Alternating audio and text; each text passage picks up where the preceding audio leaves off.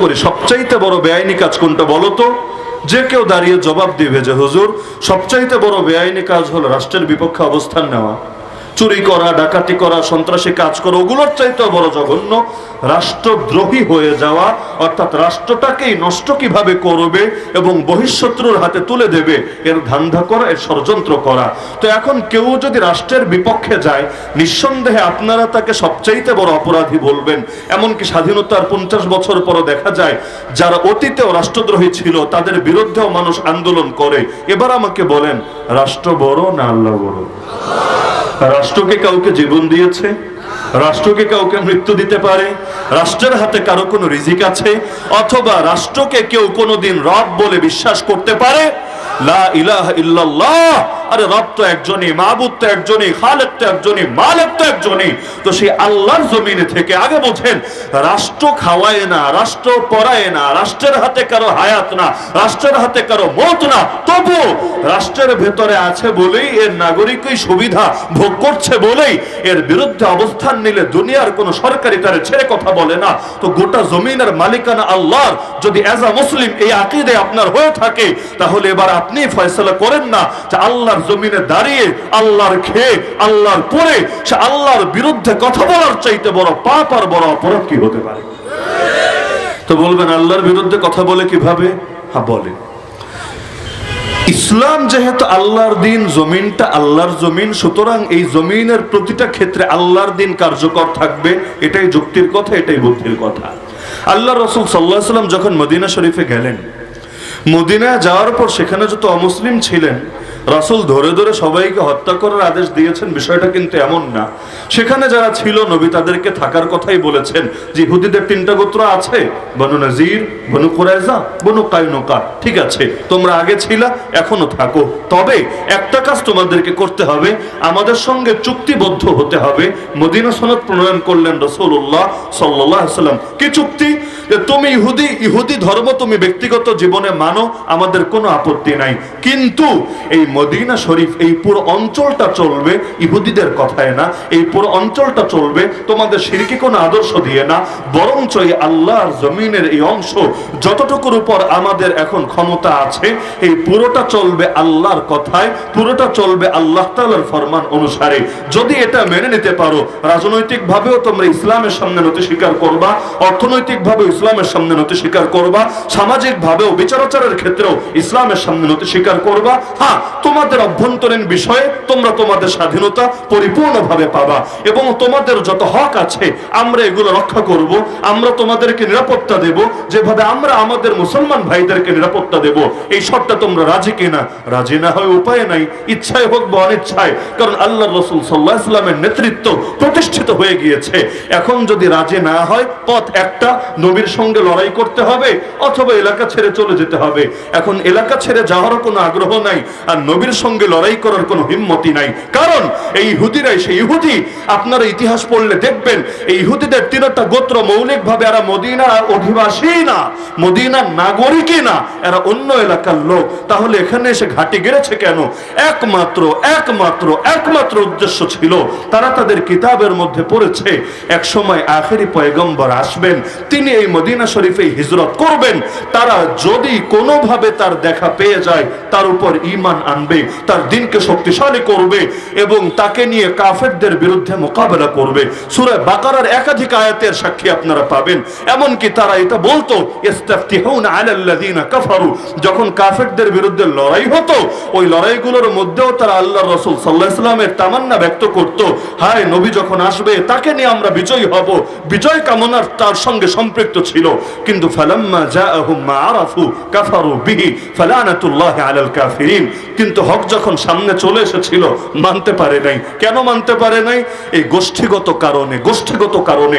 আজকে যেমন অনেকে পারে না, হক তার দলের বাইরে চলে গিয়েছে তাই এর হক মানতে পারে না, হক তার নেতার বাইরে চলে গিয়েছে তাই এর হক মানতে পারে না, হক তার বাপের বাইরে চলে গিয়েছে তাই এর হক মানতে পারে না, হক তার অফিসারের বাইরে চলে গিয়েছে তাই এর হক মানতে পারে না, হক তার স্বার্থের বাইরে চলে গিয়েছে তাই এর হক মানতে পারে না। এমনি ডায়লগ মারতে খুব মারে, হক গ্রহণ করতে আমাদের বুকে কোনো কার্পণ্য, কোনো দ্বিধা, কোনো সংকোচ কিছুই কাজ করে না। কিন্তু যখন দেখা যায় একদিকে হক আর একদিকে দল, হক নিলে দল থাকে না, দল নিলে হক থাকে না, তখন তারা তাদের মুখোশটা খুলে ফেলতে আর দেরি করে না। এই জামানায় না, হার জামানায় মানুষের হক গ্রহণের পথে সবচাইতে বড় বাধা ছিল এটা। না হলে আবু তালেব কালেমা পড়লো না কেন? আপনি যতটুকু ইসলাম চিনেছেন এর চাইতে আবু তালেব আরো 1000 গুণ ভালো চিনেছিল। আপনি কতটুকু চিনেছেন ইসলাম? সেটা আল্লাহ রাসূল সাল্লাল্লাহু আলাইহি ওয়াসাল্লামকে দেখে দেখে, তার মুজিজাগুলো সরাসরি অবলোকন করে করে একেবারে কাছ থেকে বুঝতে পেরেছে। আরে বড় কোনো হুজুরের সোহবত পেলেই তো সারা জীবন গর্ব করে বলে, আমাকে চেনো, আমি অমুক শেখের সোহবত ইয়াফতা, তার সঙ্গে আমার সম্পর্ক ছিল, আমি তার সান্নিধ্য লাভ করে ধন্য হয়েছিলাম।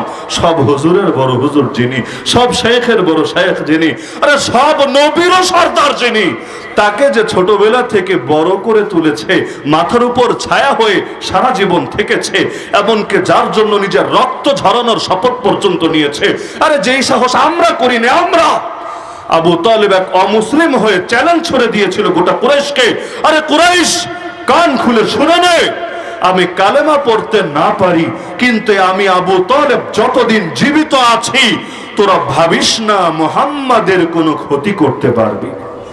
যদি মুহাম্মাদের কিছু করতে হয়, হাত্তা ওয়াসাদা ফি তুরাবি দাফিনা, তার বাক্য, আগে আমাকে মেরে মাটির ভেতরে আমার দাফন দিতে হবে, এরপর আমার কবরের উপর পাড়া দিয়ে গিয়ে মুহাম্মাদের গায়ে ছুবি, কিন্তু যতদিন আমি জীবিত আছি মুহাম্মাদের তোরা কিছুই করতে পারবি না। ভাবতে পারেন, আর ওই হিম্মত যদি বাংলার মুসলমানদের থাকতো, বাংলার জমিনে কোনো আলেমের গায়ে হাত দেওয়ার কোনো সাহসও কোনো বাতিল জীবনে করতে পারতো না।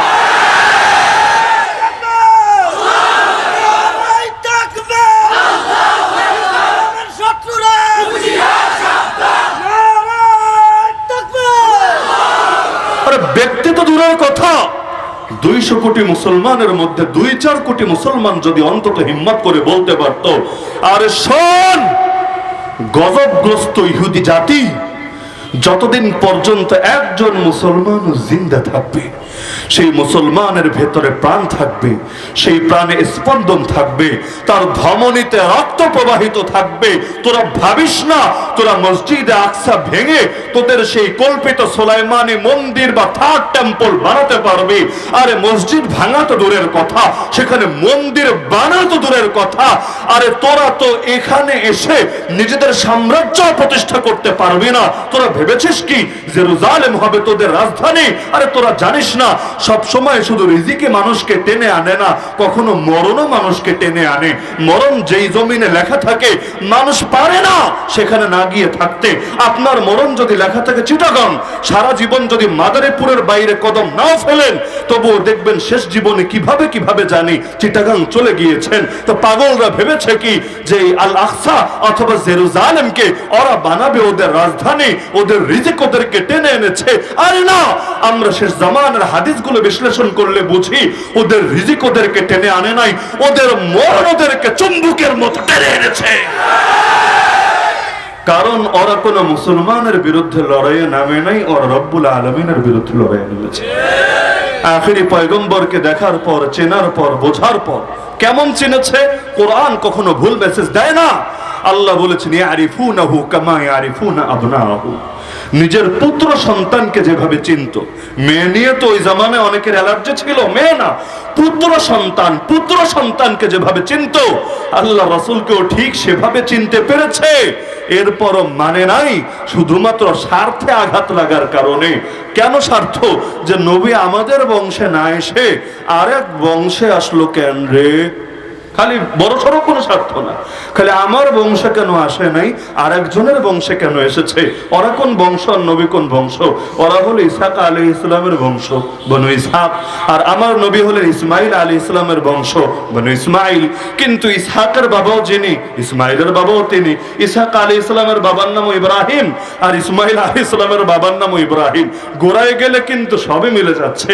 কিন্তু এই যে দুই ভাই, মা ভিন্ন, দুই মা থেকে দুই ভাই, এক ভাই ইসমাইল আর এক ভাই ইসহাক, এতটুকুর কারণে পুরো জাতি পুরো জাতি আল্লাহর নবীর শানে শুধু অস্বীকার করেছে তা না, এতটুকু করলে চলতো, কিন্তু এতটুকু না, নবীকে জাদু করেছে, নবীর খাবারে বিষ মিশিয়েছে, আল্লাহ নবীকে গুপ্ত হত্যার চেষ্টা করেছে, আল্লাহ নবীকে যত ভাবে পেরেছে সব ভাবে কষ্ট দিয়েছে। নবীকেই চারটা যুদ্ধ করতে হয়েছে ইহুদি জাতির বিপক্ষে, বনু নাজিরের যুদ্ধ, বনু কুরাইজার যুদ্ধ, বনু কাইনুকার যুদ্ধ, আর ঐতিহাসিক খায়বার যুদ্ধ। যুদ্ধ চারটা, কারণ একটা, প্রতিবারের কারণের নাম বিশ্বাসঘাতকতা। রক্তে রক্তে মিশে আছে বিশ্বাসঘাতকতা।